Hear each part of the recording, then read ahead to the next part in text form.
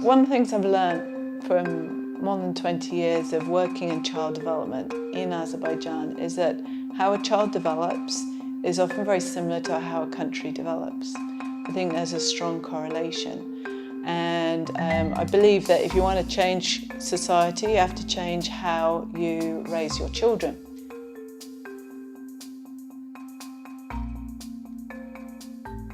The early years, commonly 0 to 5, these are considered the foundation years for a child's whole future development. This is a time when their brains are forming, and their brains form by millions of neural pathways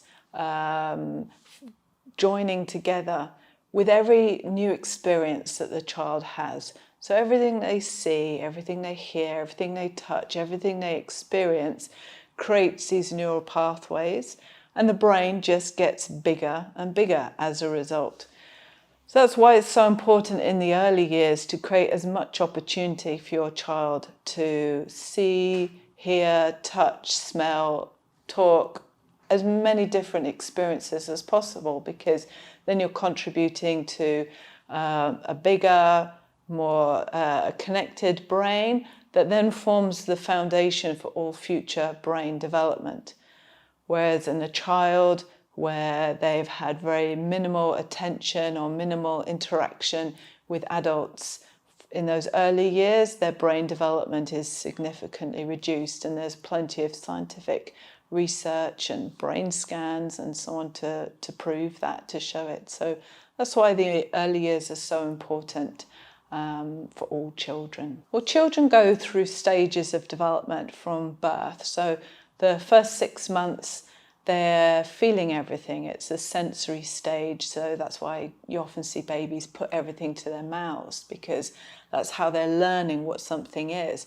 And all the skin is a huge sensory organ that's feeding all this information to the brain. So first 6 months of a child's life, they're just touching, feeling, learning who they are in relation to their environment. Then they go through this exploratory phase where they're trying to figure out what everything is. So that's when you see children start to break things, open things, crawl into everything, because they're trying to explore. And through this exploration, they're opening their minds. They're starting to think at a very basic level. Then they get into a construction phase where they're starting to make things. This is where their creativity, their imagination starts to really develop. And then they move into the social phase. And this is usually about 2.5 years old, which is often the time when children go to kindergarten. Because in this social stage, this is when they're starting to learn to play with other children. They're learning to share. So they're learning empathy and tolerance at that age, because they're playing with kids. Then you see the classic fight between two children over one toy.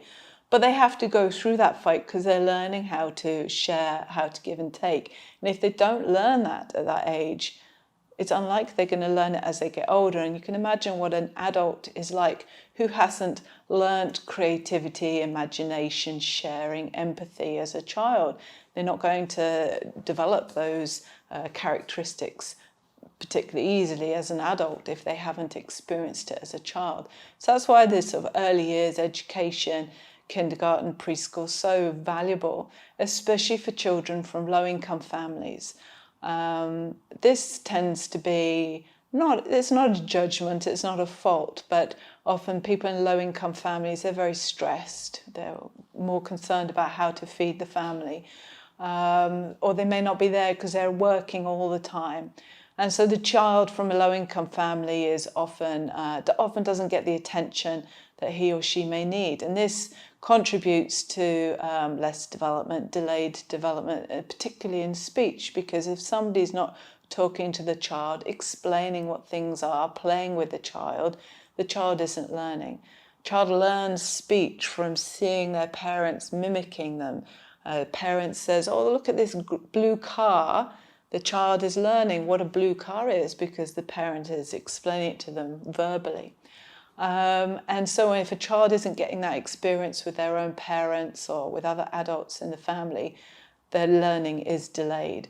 And we've seen that in our work. We did a survey a couple of years ago of children 0 to 4 years old, not disabled, typical children. And we found that 34% of these children were delayed, particularly in their speech and communication, because they weren't getting enough interaction with family when they were young, and they're not going to preschool or kindergarten, so they're not socializing with other children, and this is having an impact on their development. So that's why preschool, particularly for low-income families, is so valuable for their child, because it will help them to catch up on that developmental delay. One of the things I've learned from more than 20 years of working in child development in Azerbaijan is that how a child develops is often very similar to how a country develops.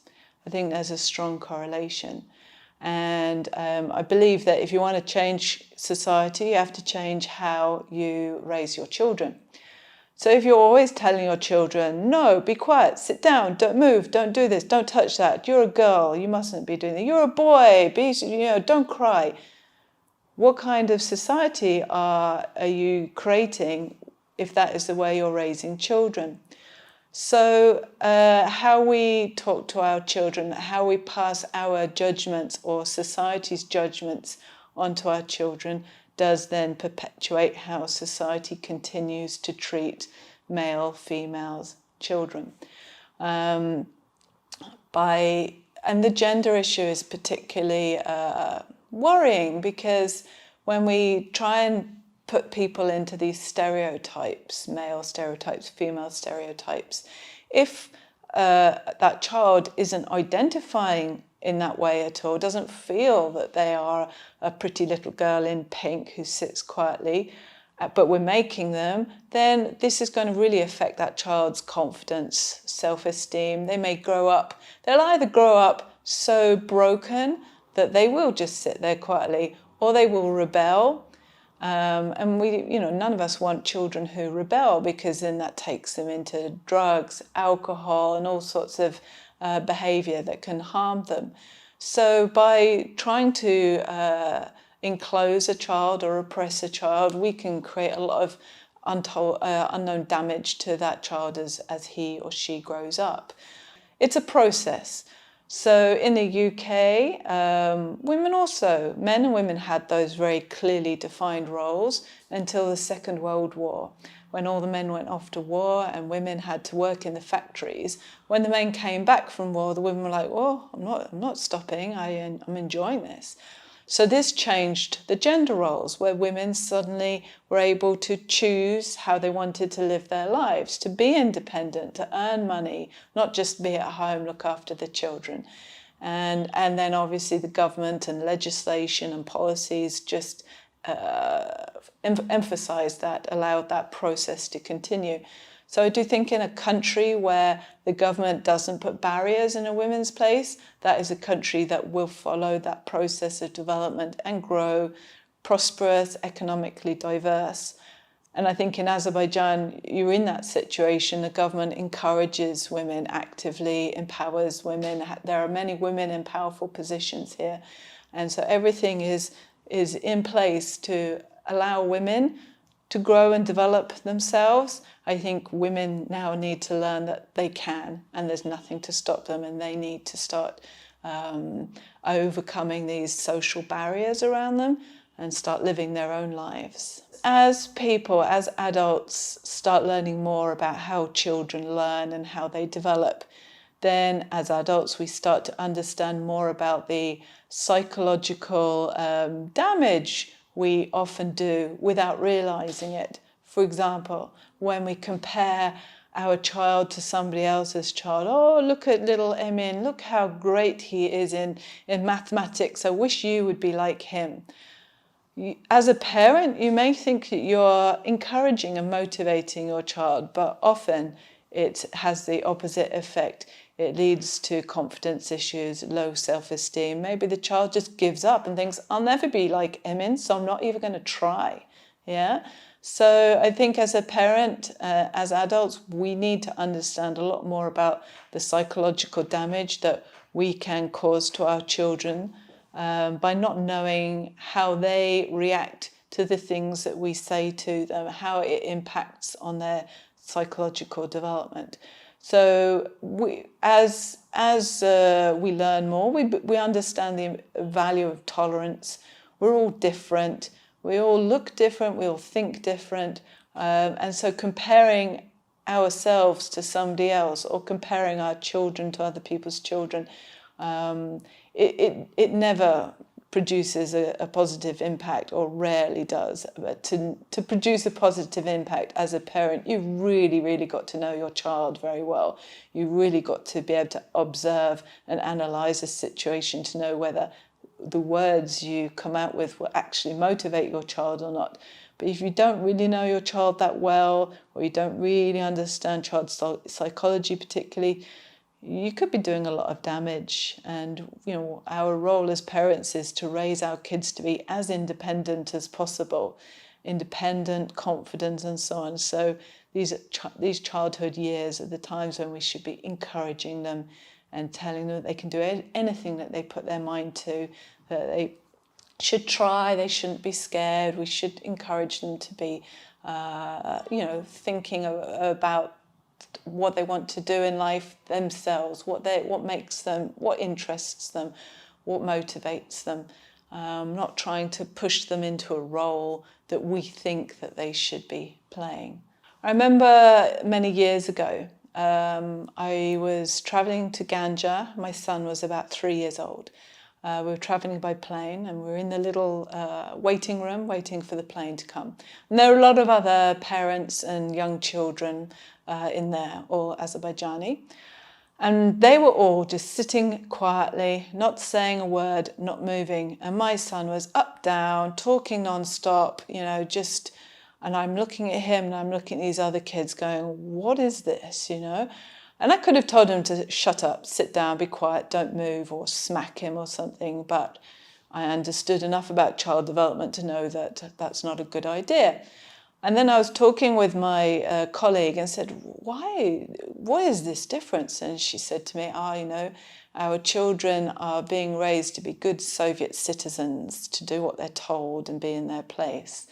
I mean, she was smiling when she was telling this, but there's a strong truth in that, because I'm not long out of the Soviet Union. My point is about independence. Independence in children. As long as we keep telling them what to do or where to sit or to be quiet, they will either do that or they will rebel. What we want are independent children who can look after themselves and look after their own families. And we have to encourage that independence in them as a child. Let them make mistakes, because it's through mistakes that they learn. If they go completely in a direction that we think is not right for them, they still need to go. They need to learn that for themselves. Otherwise, if we do their homework for them every day, how are they learning? They need to learn this themselves. Going outside, dressing themselves, feeding themselves from the youngest age, we need to encourage them to become as independent in all their living skills as possible. And we do that from the youngest age. And I've seen too often, children who are 4 years old, 5 years old, still being fed by their parents, or still being dressed by their parents. But, they should be able to do this themselves by that point. And if we keep feeding them and keep dressing them, they will always be dependent on us as adults. That's nice, and I'm sure there are many adults who actually want that and think that's a great thing, keep the family together.